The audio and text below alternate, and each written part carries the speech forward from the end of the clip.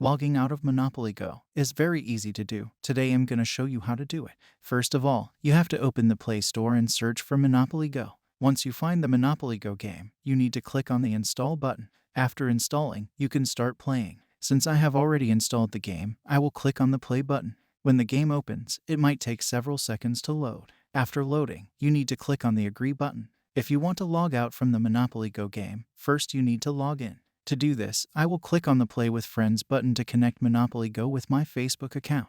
After connecting to Facebook, the game will start. Monopoly Go game is designed to be social and competitive, allowing players to connect with friends and challenge each other. Players can also participate in multiplayer games and tournaments. Now, you cannot directly log out from the Monopoly Go game. You have to play at least 2 to 3 games. After that, you should click on the 3 lines at the top, then select the Settings button.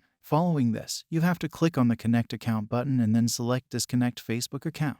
Clicking on this option will log you out from the Monopoly Go game.